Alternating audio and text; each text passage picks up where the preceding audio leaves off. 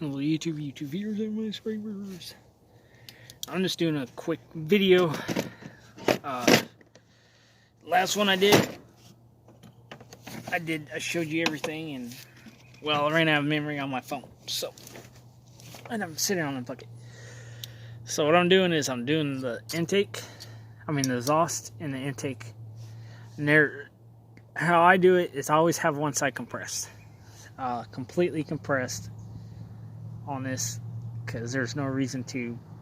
The factory says have it top dead center, but have one compressed. It relieves all the pressure, everything, and you get a better accurate reading. The exhaust on this is a 5. The intake is a 3.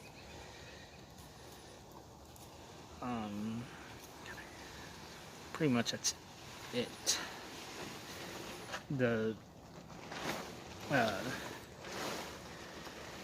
I was gapping this one, and I was like, well, I might as well just do a video on this.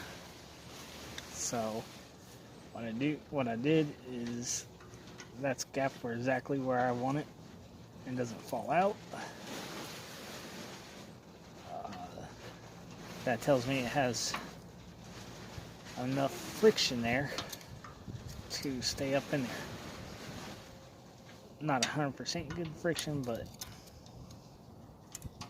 this will sit there, and that's, to me, that's what I want. So that one's good. And I make sure, and other people say, oh, you have to do this when the engine's on compression, but no, you don't.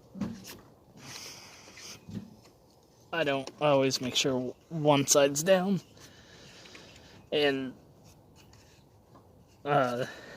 completely, right there is completely compressed on this one. This one, you can see a little bit different. Now I don't put my 5 away because I won't need my 5 again. And then you just go to your 3, see what it's like. And with me, it doesn't stick up in there like I would like, so what I'm gonna do is go, and then wait, I forgot, I can just stick that in there like that, and then get my 3.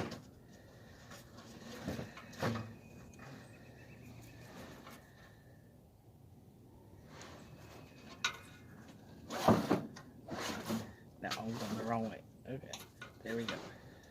And it's sticking in there exactly where I want it, unless it's come off just a hair, and then lock it down. You might have to redo this a couple times, yeah, because I don't like how that is.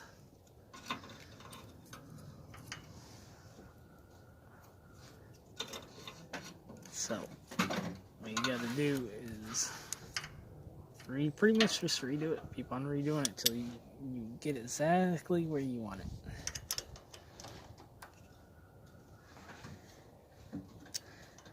And then get it. There we go. And then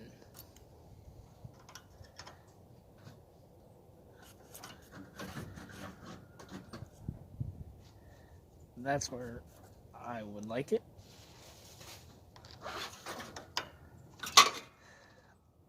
And let's see. This will take a couple times to do it. But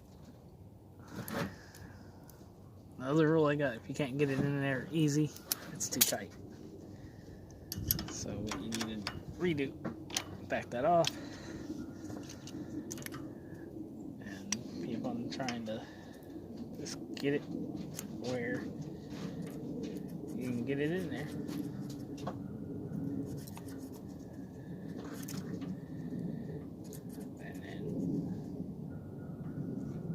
keep it right there.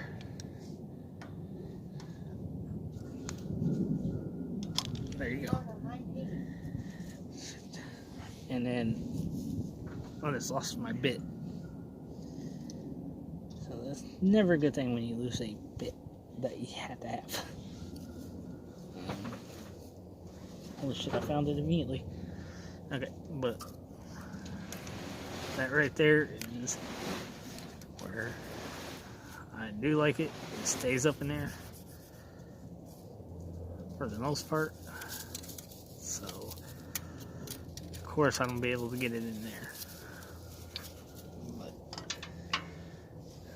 I'll do like that. See it stand. That's good enough for it. So honestly, the valves are done. You can do it any way you personally like, but I would keep it where you have one side completely compressed, and then say since I have this one compressed, I do the intake, have the intake compressed, do the exhaust. You get better results that way. Yes, factory says do it. Basically on the compression stroke and all that BS. I don't go by factory. Dog, I'm trying to do a video here. But that's the best way to do it. And then it should run good. It doesn't jump to timing because there's no way you can jump to timing. Now if you do some miracle way, but I never seen anyone just doing the valves to jump the time, so that's all done inside of the engine. But honestly, this is not for a customer, but if it was for a customer, I would charge them $60 to do a valve job.